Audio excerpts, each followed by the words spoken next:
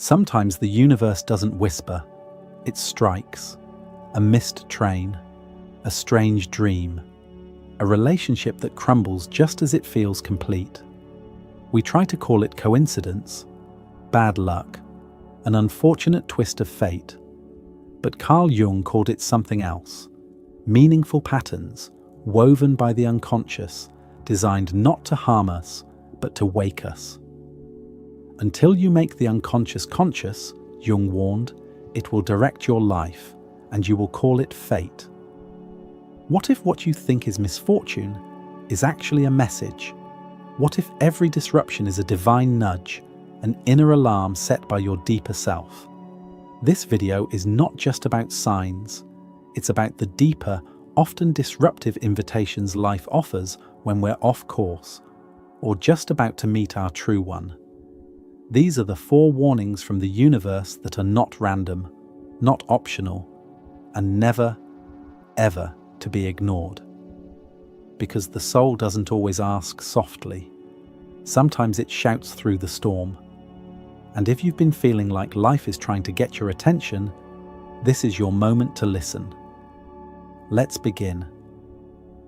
Carl Jung didn't speak of the universe the way we often hear today. He wasn't interested in platitudes or cosmic wish-making, but he did believe profoundly in the reality of synchronicity, those startling moments when inner and outer events mirror one another with eerie precision. To Jung, these weren't coincidences, they were signals, symbols that the unconscious was breaking through into waking life. Sometimes they show up as dreams, other times through disruptions, delays, strange encounters, or even physical illness. They emerge when we've strayed too far from the soul's path. When we ignore our inner truth, the psyche intervenes, not to punish, but to realign. These warnings aren't threats, they are invitations, thresholds, turning points. They say, something is off. Look again, listen closer. You've wandered, but you are still loved enough to be called back. Jung believed that when we refuse to face these unconscious messages, they grow louder. What begins as a whisper can become a crisis. But if we meet the message with awareness, it becomes transformation. So if your world has felt disrupted, if something strange, sharp, or sacred has entered your life, it may not be misfortune at all. It may be the self asking you to come home. And that brings us to sign number 1. You keep encountering the same pattern. You leave one relationship and promise yourself, never again. But somehow, the next one feels eerily similar. Same emotional distance, same confusion, same ache.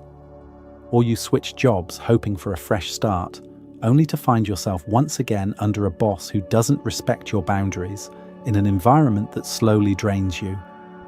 It's easy to chalk it up to bad luck or think the world is just unfair. But Carl Jung offered a different lens. What you resist persists, he said, not as a warning, but as a truth about the psyche. According to Jung, what we don't resolve within us, we unconsciously recreate around us. These repeating experiences aren't accidents, they're mirrors. They reflect back a part of us we haven't yet made conscious. He called these complexes, emotional knots formed in the past that live in our unconscious and pull the strings of our present. Let's say you keep ending up with emotionally unavailable partners. The pattern feels personal, even cruel, but Jung wouldn't ask, why is this happening to you? He'd ask, what inside you is resonating with this dynamic? The universe, or rather your unconscious mind, is giving you a pattern not to punish you, but to help you see, to stop you mid-loop and ask you to wake up. Every repetition is a sacred opportunity for awareness. These moments are not coincidences. They are messages disguised as frustration. Like a dream that repeats until you understand its meaning, life will keep presenting you with the same script, just with new actors, until you decide to write a different ending. And that's the key. The pattern ends the moment you choose differently with full awareness. Until then, you'll likely call it fate, when it was really your unconscious asking to be seen. So if the same story keeps circling back, take it seriously. Don't just endure it, examine it, decode it. It might be the clearest warning you've ever received, not from outside you, but from your own soul. Because the universe doesn't want you to suffer. It wants you to see. And when you do, you'll realize the pattern was never your punishment. It was your path to freedom. Sign number 2, something you thought was stable suddenly collapses. Once you start noticing the pattern, life tends to respond, often in a way that feels harsh. It's as if the universe, seeing that you're finally paying attention, removes the very thing you thought you needed to stay safe. One moment, you're managing the chaos. The next, the ground gives way. The job ends without warning. The relationship that once felt unshakable dissolves in silence. A health diagnosis shatters your illusion of control. It's jarring, even devastating. But Jung reminds us, there is no coming to consciousness without pain. What feels like destruction on the outside may actually be a deeper form of construction on the inside. These collapses are not failures, they are initiations. In the symbolic world, this is the tower archetype, a sacred dismantling of the false self, the one you built for survival, approval, or success. And it's terrifying, yes, because we confuse stability with truth. But often the structures we cling to are scaffolds built around fear. When they fall, something more authentic is finally allowed to rise. Take the story of someone fired from their dream job. At first they spiral, identity, income, and meaning all vanish in one blow.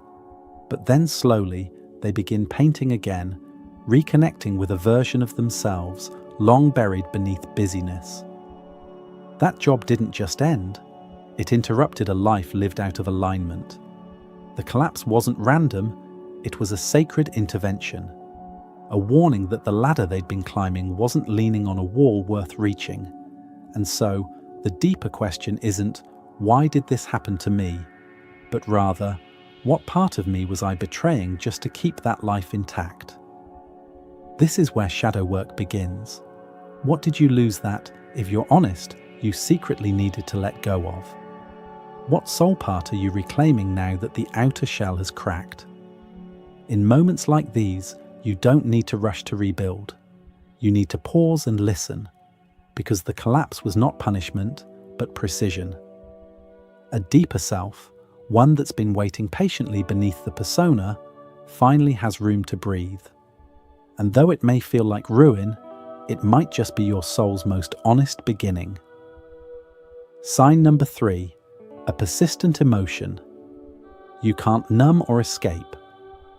You know the feeling, that strange sadness you can't explain, the quiet anger humming beneath the surface, the hollow ache in your chest that refuses to leave. It doesn't match your circumstances. Nothing particularly bad has happened, yet this emotion lingers. So you try to shake it off. You stay busy, scroll through distractions, bury yourself in productivity. Tell yourself it's just a phase. But the feeling doesn't go away. In fact, it gets louder. This isn't weakness, it's a soul signal. Carl Jung believed emotion is how the unconscious speaks to us. And when a particular feeling becomes persistent, when it shows up uninvited and won't be numbed or explained away, it means something deeper is trying to surface.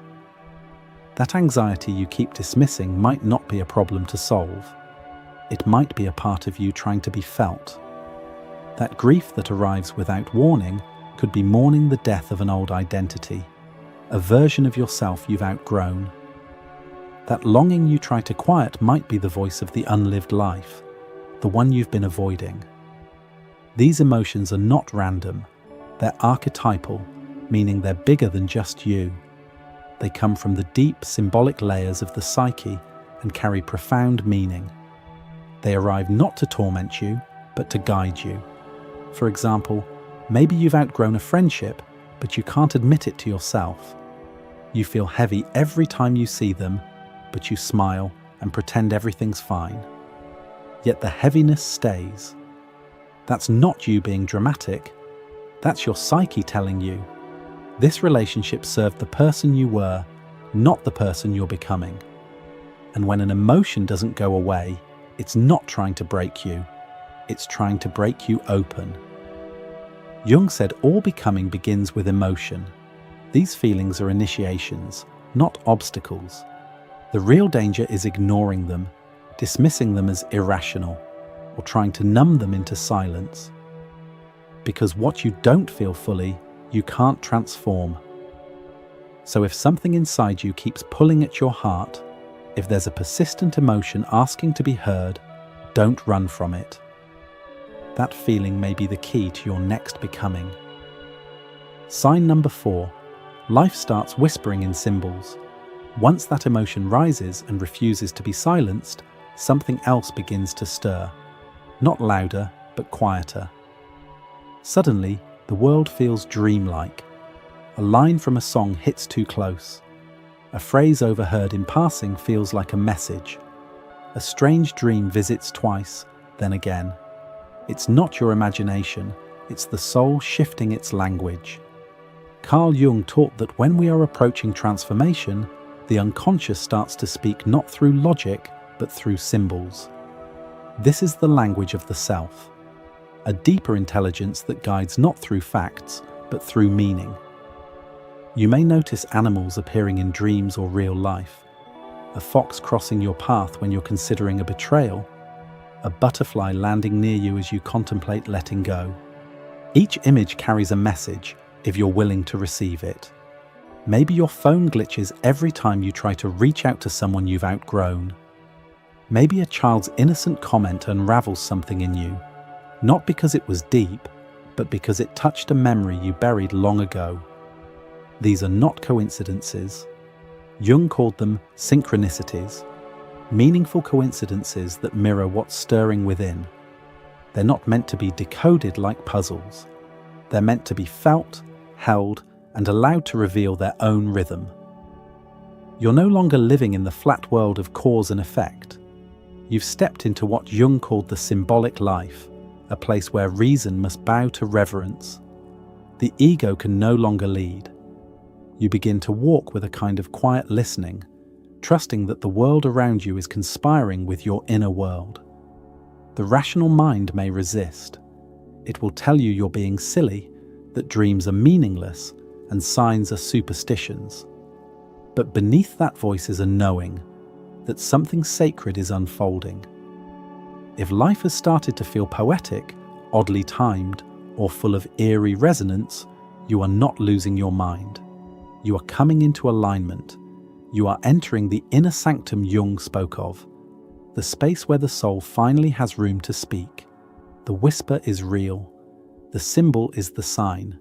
Listen and keep going. Which of these signs have echoed through your life lately? The repeated pattern? The sudden loss? The emotion you can't escape? Or the subtle symbolic whispers? These are not punishments. They are portals. You are not being torn apart. You're being realigned. Honor these warnings.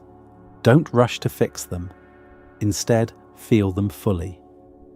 Write a letter to the part of you that's been trying to get your attention. Light a candle in the name of your inner truth, or simply sit in stillness and say, I'm listening. Because the soul doesn't need volume, it only needs reverence. And the sooner you listen, the softer the signs become.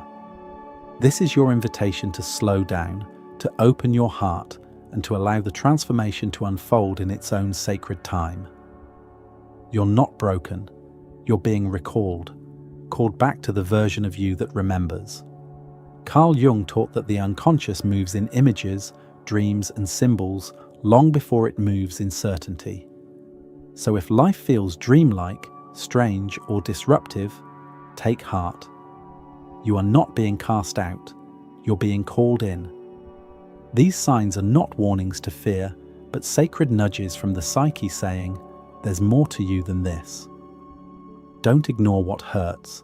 It might be the only part of you still honest enough to feel. This is your moment of awakening, and your only job is to answer. This is Echoes of Psyche, where we decode the soul's hidden language through Jungian wisdom. If this resonated, you're not lost. You're listening.